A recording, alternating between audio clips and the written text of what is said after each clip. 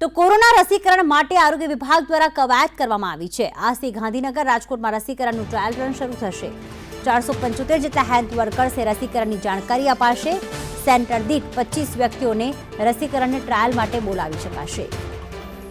રહીમ લાખણી જોડાઈ ગયા છે। રહીમ, આજે કેટલા હેલ્થ વર્કર્સે તાલીમ આપવામાં આવશે અને તાલીમમાં કઈ કઈ બાબતો જે છે તેમને શીખવાડવામાં આવશે, કઈ તાલીમ આપવામાં આવશે?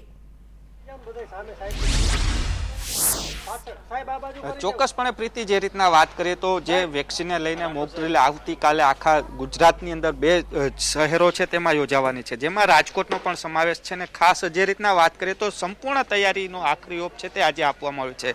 જે રીતના સોશિયલ ડિસ્ટન્સ જાળવવું જરૂરી છે તેને લઈને જે રીતના દ્રશ્યો જોઈ શકાય છે કે જે ગોળ રાઉન્ડ છે તે કરવામાં આવી રહ્યા છે ને ત્યાં જ તેઓ તમામ જે વેક્સિન લેવાના છે તે લોકોને ઊભું રહેવાનું છે। એક બાદ એક લોકો આગળ વધતા જશે ને તેઓનું નામની પણ નોંધણી કરવામાં આવશે ને ત્યારબાદ તેઓને વેક્સિન આપવામાં આવશે। આપણી સાથે નાયબ આરોગ્ય અધિકારી છે, તેઓની સાથે પણ ચર્ચા કરશું ને સાથે જે રીતનો સ્ટાફ છે તેઓને પણ ટ્રેનિંગ આપી રહ્યા છે, શું શું તકેદારી રાખવી તેને પણ લઈને તેઓ સાથે ચર્ચા કરીએ છીએ। સર, જે રીતના 5 સ્થળ ઉપર રાજકોટ શહેરમાં મોક ડ્રીલ યોજાવાની છે, આજે આખરી ઓપ એટલે આખરી ટ્રેનિંગ આપવા મળી છે, ટ્રેનિંગમાં કઈ કઈ પ્રકારની તકેદારી રાખવામાં આવશે ને ખાસ જે રીતના વાત કરીએ તો કેટલા કર્મચારીઓ આ ટ્રેનિંગમાં જોડાણા છે? રાજકોટ શહેરમાં જે 5 સ્થળ સિલેક્ટ કરે છે એ પૈકીમાં 250 જેટલો સ્ટાફ છે કે જે હેલ્થ વર્કર છે કે જોડાયેલ છે, જેને અનુલક્ષીને 5 જગ્યાએ ટ્રેનિંગ રાખે છે। મુખ્યત્વે બાબત એ છે કે જે 3 રૂમ કન્સેપ્ટ છે એને અનુલક્ષીને જેમને જેની ફરજ આપેલી છે તમામ સ્ટાફનું અત્રે લાઈવ ડેમોન્સ્ટ્રેશન અને ટ્રેનિંગ આપવા સાથે સાથે જે જરૂરી સાધન સામગ્રી છે એ કરવામાં આવશે। સૌથી અગત્યની બાબત છે કે જે VO1 એટલે કે વેક્સિનેટર ઓફિસર 1 છે કે જેમના પાસે લાભાર્થી આવશે કે જેમના 25 લાભાર્થીનો એનો SMS થ્રુ મોબાઈલ થ્રુ લઈને આવશે, એમને પણ ટ્રેનિંગ આપેલ છે કે જે એમનું મોબાઈલમાં ચકાસણી કરશે, સાથે સાથે એમનું જે છે ફોટો ID એની પણ ચકાસણી ત્યાં સ્થળ ઉપર કરવામાં આવશે। ત્યારબાદ જે અમારો વેઇટિંગ રૂમ છે કે જ્યાં લાભાર્થીને વેઇટિંગ રૂમમાં સર દેખાડશો આપ કઈ રીતનું આખું આયોજન છે, ક્યાં વેઇટિંગ રૂમ ક્યાં રહેશે ને ક્યાં સુધી વેક્સિનોમાં જશે? આપ અત્યારે લાઈવ જોઈ શકો છો કે જે અત્યારે જે લાભાર્થી આવશે અહીંયાથી એન્ટ્રી કરશે ને તમામને અહીંયા અમારે સોશિયલ ડિસ્ટન્સિંગથી આપણે લાઇનમાં ઊભા રાખીને કાર્ય કરશું। ત્યારબાદ આપણે જે આ સ્થળ છે કે જ્યાં આપણે અહીંયાથી અમારું કાલે અહીંયા એના માટે સેનિટાઈઝરની પણ વ્યવસ્થા કરવામાં આવશે અને ત્યારબાદ આ જે વેઇટિંગ રૂમમાં જે આપણે એમને લાભાર્થીને અહીંયા બેસાડવામાં આવશે।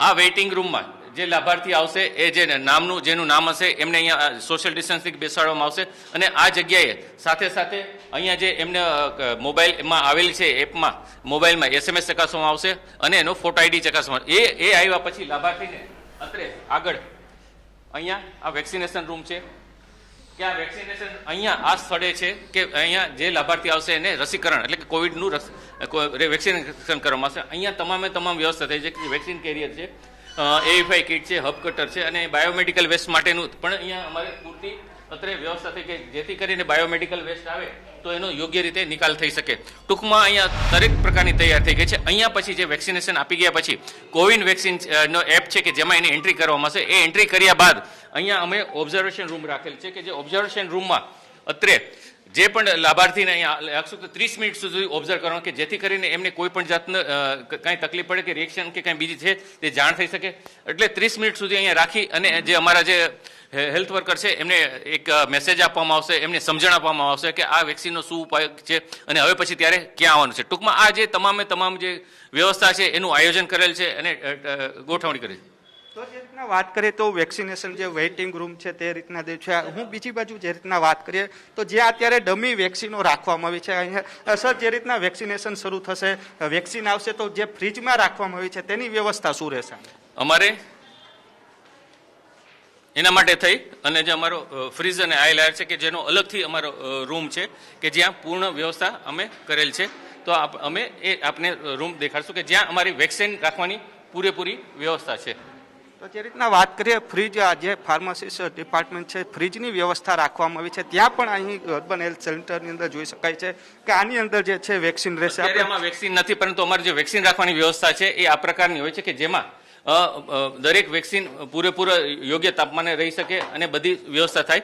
બીજું આમાં આ સાધનની વ્યવસ્થા એવી છે કે આમાં કોઈ પણ જાતનો ખોટકો આવે તો જે ફાર્માસી છે એમને SMS દ્વારા તરત જ જાણ થઈ શકે અને આમના પણ જો લાઇટ જાય તો પણ 48 કલાક સુધી આમાં વેક્સિનને કોઈ પણ જાતની ફેરફાર થતો નથી. આના માટે થઈને અમારા જે ફાર્માસી છે એને કહીશ કે એમનું જે ટેમ્પરેચરનું મીટર છે એ દેખાડશે અને લોગબુક દેખાડશે. જે રીતના વાત કરીએ ટેમ્પરેચરનું મેન્ટેન છે તે પણ અહીં દેખાડતા હોય છે દ્રશ્ય. સર, કઈ રીતનું ટેમ્પરેચર આમાં જે માઇનસમાં જે ખરેખર વેક્સિન માટે જોઈ એ માટેનું અહીં ટેમ્પરેચર જળવાયેલું છે અને એમાં ટેમ્પરેચર મેન્ટેન જેથી કરીને વેક્સિનની અસરકારકતા છે એ એમનેમ રહે અને વેક્સિનનો ખરેખર એનો સારો રિઝલ્ટ આવી શકે.